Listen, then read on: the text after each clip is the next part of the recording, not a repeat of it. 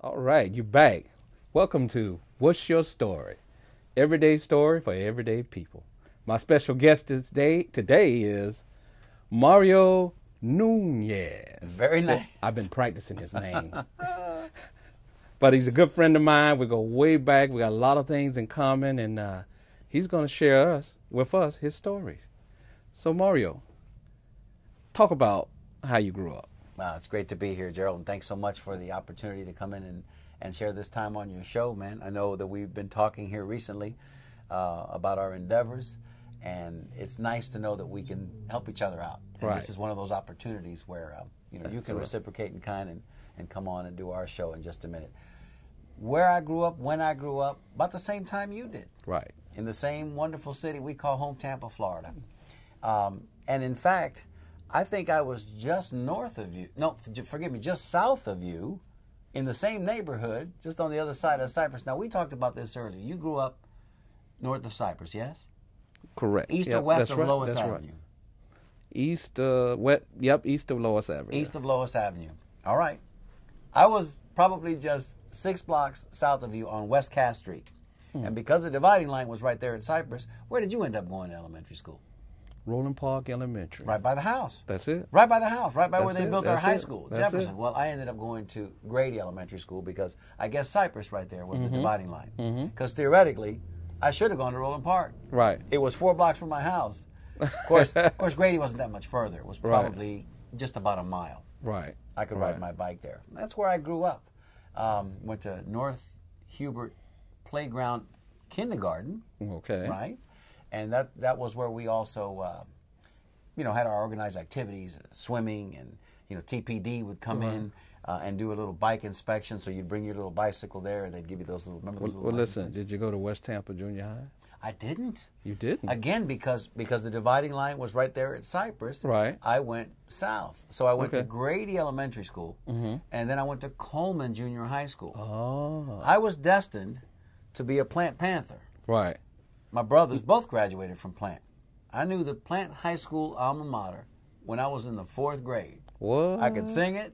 I knew that black and gold were the colors, and I wore them at Coleman as well, because Coleman was black and gold also. But you grew up to be a what? A Jefferson Dragon, my brother. And now, how'd you pull that off? Well, it was great because really and truthfully, it was the best decision I ever made in my life.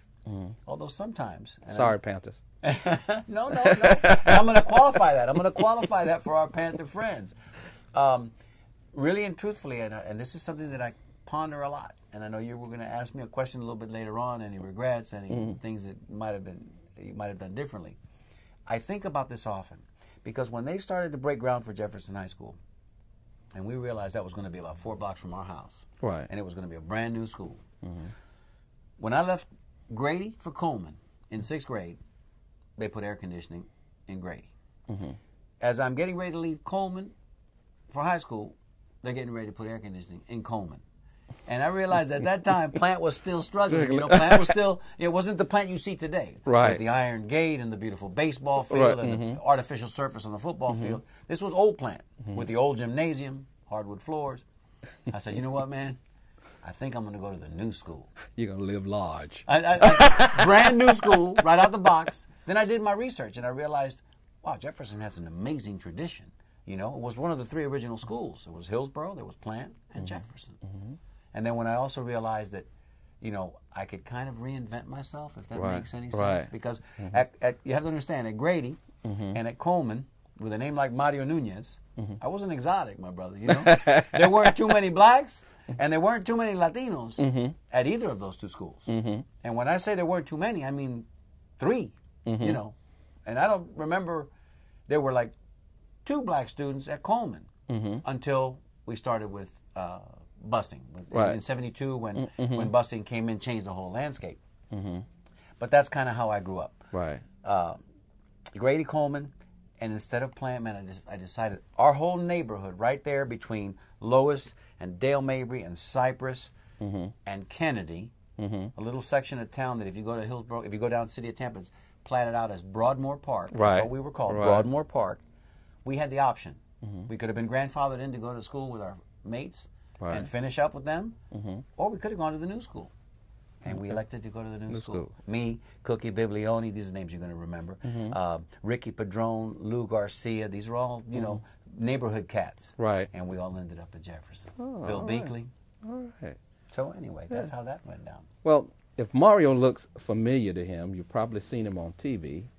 He's the host and co-host of Tampa Native. He has his lovely wife here, but she won't come on camera, but that's okay, you know. At least we get to look at her. She's just off camera. Yeah. She's right over there taking pictures. But what did you do after high school?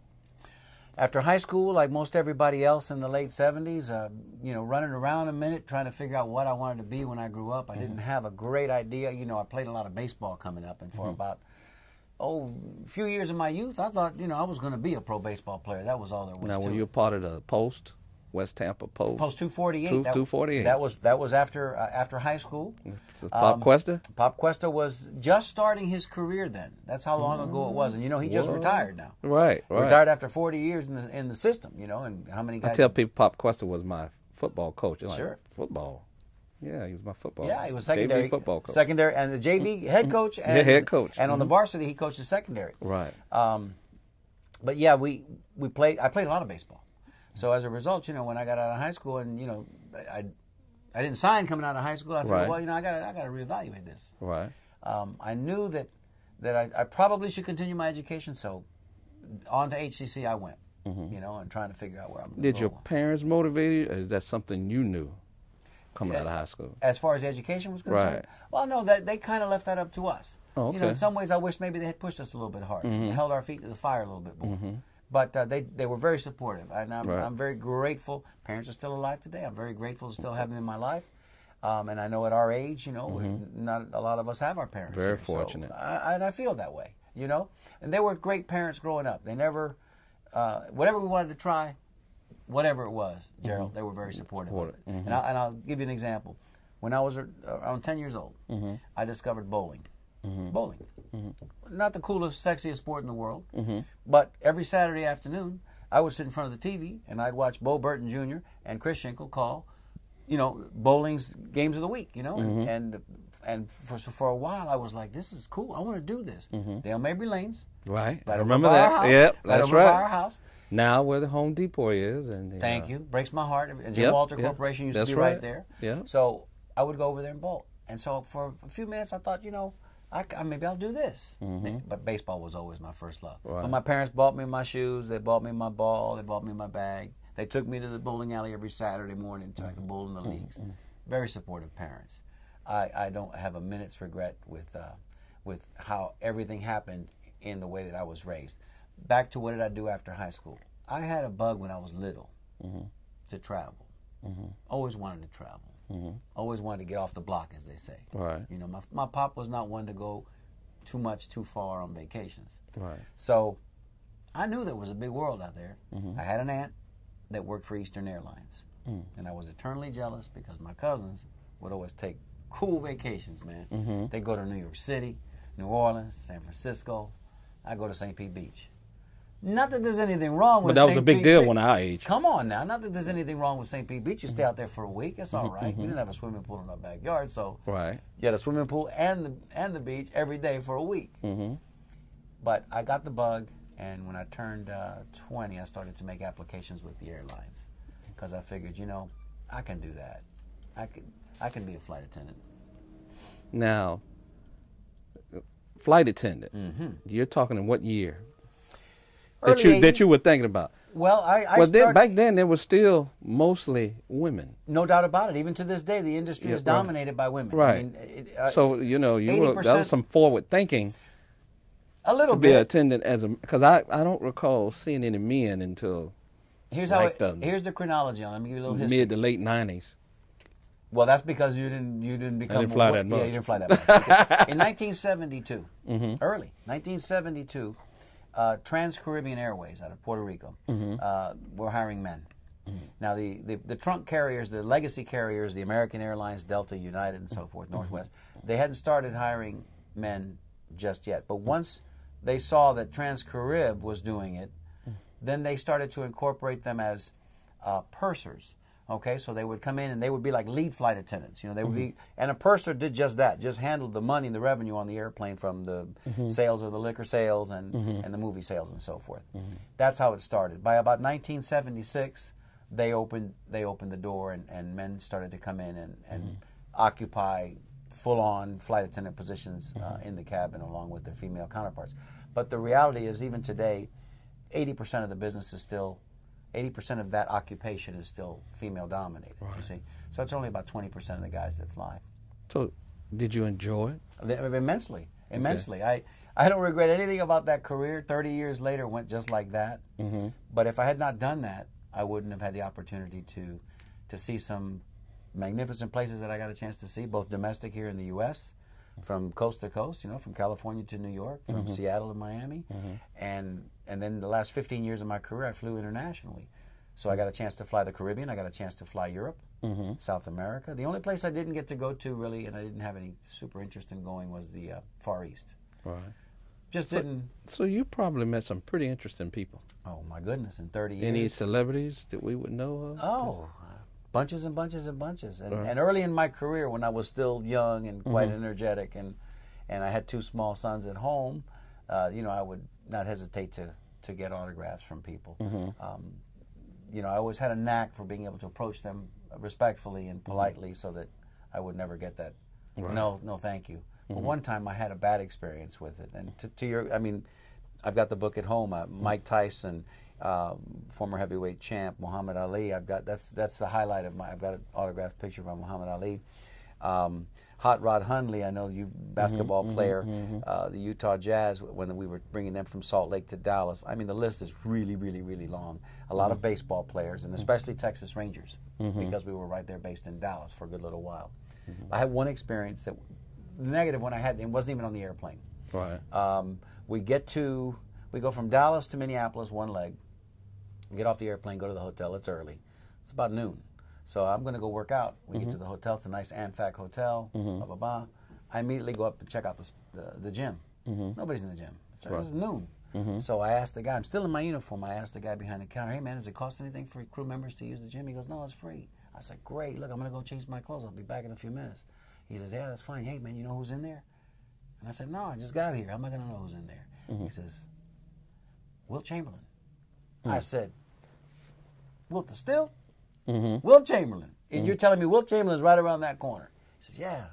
So, man, I checked myself in the mirror, made sure my tie was nice. I told him, hey, man, can I get a pen and a paper? You got that? Yeah. So I took it, put it in my pocket, and I walked in. Sure enough, Wilt is still sitting there right on a bench. He's sitting down. He's taller than I am standing up. And I walked around. I made it look like I didn't know who he was, and I'm just looking around. And then all of a sudden I said, oh, out loud, there's Wilt the Still. I said, oh, my goodness, Mr. Chamberlain. Well, how are you? You know, just a fan and, you know, following you my whole career, and you're an amazing individual and what you've done, and 100 points in one game and what's going on. I said, I've got 2 sons at home. I said, would you mind? Could you sign an autograph for me? And he looked at me, he growled at me, and he said, I don't sign autographs when I'm working out. And I felt like a little kid that, you know, my snow cone had fallen off my ice cream, had fallen off my snow cone. I said, oh, no, really? There was nobody in here. It's like nobody would know anyway, you know? So I put my head down. I said, okay, Mr. Chamberlain, that's all right. I walked out. I said, well, you can't do nothing in here. But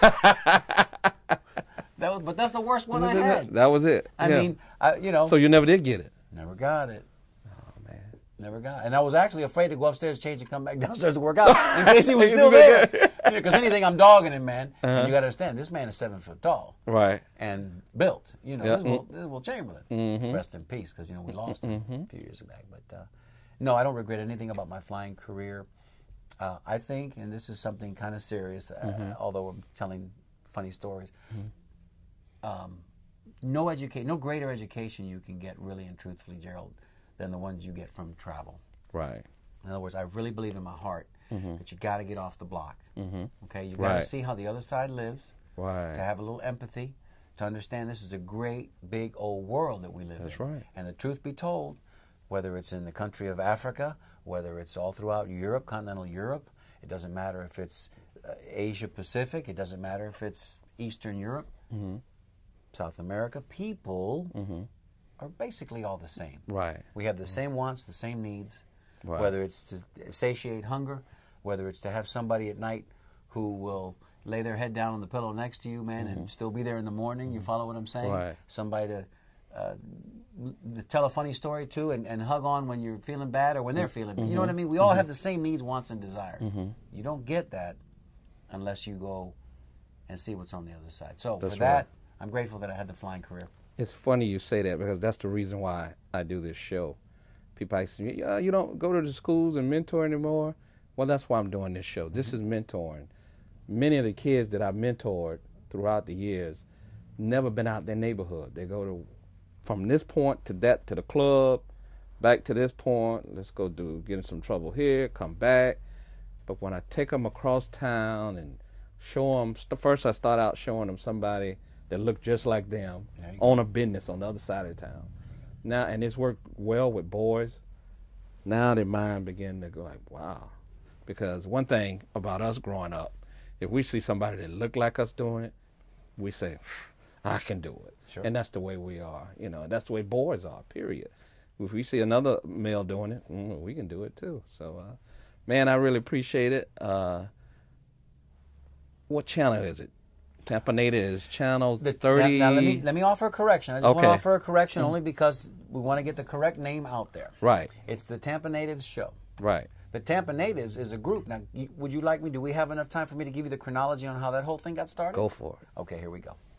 About 5 years ago now, a little over 5 years ago, a gentleman by the name of Steve Cannella, who graduated Hillsborough class of '78, he started a Facebook page called Tampa Natives, and he just wanted to see how many indigenous great grandsons and grandsons from those early pioneers that came to Ybor City, from Sicily, from Spain, and from Cuba, to settle in Ybor City and do the cigar factory thing, and we're still here. Well, we met at a mixer at Bar Louie at the International Mall. So I told him, I said, hey, Steve, I said, Mario Nunez, man, look, I saw your Facebook page. Cool thing that you did. I said, if you don't mind, I know you know a lot of people. I know a lot of people. Why don't we team up on this? Let me be an administrator on that page, and we'll grow this thing. Well, he said, okay. He agreed. And probably the worst decision he ever made in his life. Because, you let me in the room and you got problems now. So he did. And to his credit, he kind of let me, kind of ease in there and rest that steering wheel away from him, and we started to go. And he came up with the phrase, one day he said, does anybody remember? Does anybody remember 20th Century Drive-In? Does anybody remember Shakey's Pizza? Does anybody remember? Do you remember? People started to flock to that page. It grew to a 6,000-member group, which is pretty significant. Wow. And in a short period of time, too, in about 8 months. You know how Facebook is viral. You know how if I know you and you know 10 people, and you join my page, well, those 10 people are going to get a notification saying, hey, Gerald joined this page. You might want to join it too. So that's how it grew exponentially, that fast. So December of '09, I decided, hey, man, it's time that we meet each other. It's time that we get out of this virtual environment that we've been living in, meet each other. We planned a New Year's Eve party, splashy New Year's Eve party, black tie, like some of the fancy clothes that we see here in this wonderful establishment. That's right. And 125 people showed up. It was at the It was at the Marriott, right there on West Shore and Cypress, right across the street from Jefferson. It was black tie for the host, but everybody else formal wear. Catered, music, DJ. We rocked the house. We had a champagne toast at midnight. It was nice. Wow. So now we had people's attention. Now they knew who we were. Who are these guys? Tampa Natives. I had previous public access television production experience. So I told Steve, I said, listen, I don't know if you're up for this, but I think this will work. This idea will work in a different platform. Let's bring it into a live TV format, put a telephone on the table, have people call the show, and I came up with the tagline, the Tampa Native Show, where sharing your memories has never been this much fun. 5 years later, we're still in production. Still doing good. And the best part about it is the University of South Florida has acknowledged our efforts to preserve Tampa history, because each week when we finish our show, we offer them our content. So they host it on their website server, included in their library special collections. So where you have the Gunsmart collection, the Tony Pizzo collection, the Burgert Brothers photographs, you have the Tampa Native show. That's awesome. Pretty cool. That's good. And remember, hopefully you'll watch his show and you're watching this show, and to keep these shows going, we need your donation. So keep that in mind. Always keep Always that keep in mind. TampaNativeShow.com if you want to find us. That's it. Real easy to look us up, and all the information that you need to find us on And you TV got to is listen to the music when it first come on. He has the best beat there is. Thank you. Yeah, That song was written by a gentleman named Mike Baluha, who is a dear friend. Graduated '75 from Jesuit, so just 2 years ahead of you, just a year ahead of me. But our fathers worked at the Columbia Restaurant together for 20 years. I never met Mike. He's 1 year older. You would have thought that at some point, and he played at West Tampa his whole time baseball. Our paths should have just crossed at some point, and they never did. But we found him. He found us. He wrote that song. Inspired by the show, he wrote that song specifically for our show, and it's a hit. Yeah, it's definitely a hit. You got to get it. In fact, I got to get it. That's the only song he wrote? We'll get it for you. No, Okay. He's the only song he wrote for our show. Oh, okay. But he's a songwriter and a poet laureate, you might say. So he has a body of work out there. Baluha, B-A-L-J-U-A, right? No, forgive me. Let me try it again. B-A-L-U-J-A, Baluha. If you just search Baluha on Google, his name pops up. Mario, thank you again for coming on the show. My pleasure, Jerry. Will you come back? Of course I will. I will. Good. Anytime. Good. All right. Well, that's it for What's Your Story. Remember to make donations to Tampa Natives show and to What's Your Story. But one of the things I want you to know is, this show is about, I said, mentoring. One thing Mario said was that exposure, positive exposure. That's what everybody needs, positive exposure. If you get your young boys and young girls out, give them some positive exposure, take them out of their neighborhood, and watch those minds grow. Your mind is like a sponge, and it wants new information. When your mind continuously get the same thing over and over, and then it gets frustrated. It gets violent. I know. I was 30 years law enforcement, and that's what I saw. Kids staying in the same environment, getting the same information, getting frustrated, becoming violent. So give them positive exposure, and that's what his show is about. That's what my show is about. That's what you're about. So take it easy and enjoy yourself. Bye-bye.